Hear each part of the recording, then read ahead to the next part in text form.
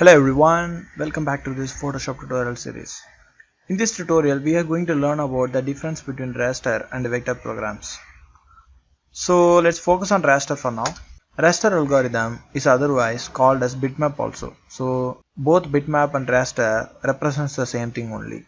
If we take an image and take a close look at a particular area, we can able to see that image has been made with several small squares.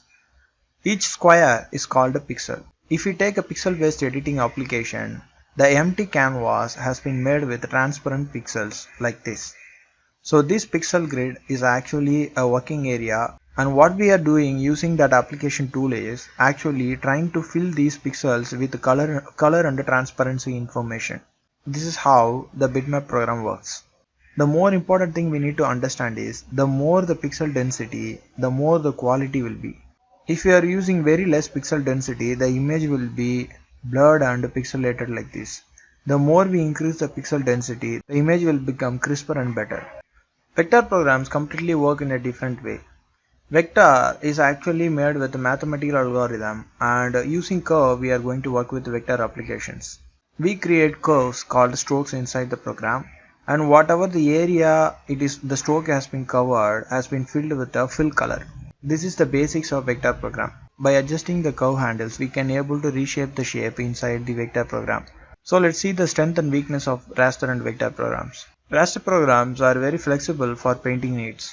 As we are going to work with pixels, it is very easy to adjust the color and the transparency information on per pixel basis.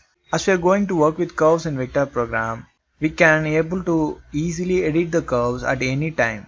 And it will be very useful for editing on later times and for animatable drawings.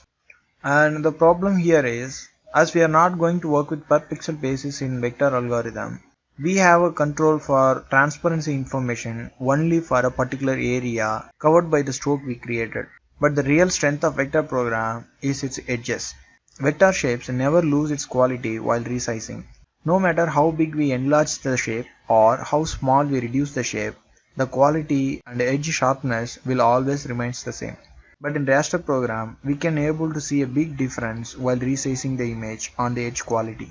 One more important thing with raster program is, the higher the pixel density, it consumes more memory. But for vector program, it always uses less memory and very fast in processing. So, what we have in Photoshop? While Photoshop is primarily a raster program, it offers fantastic tools for creating vector operations too.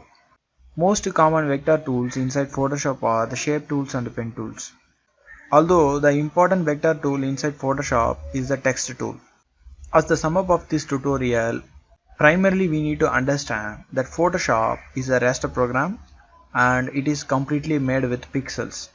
The more the pixel density we increase, the more the quality will be, and also it results in more file size and consume more memory. Choosing the right dimension and the right pixel density is very important before starting any graphic design inside Photoshop. That's it for this tutorial, and see you on next. Until then, bye from Kirtiraj. Thanks for watching.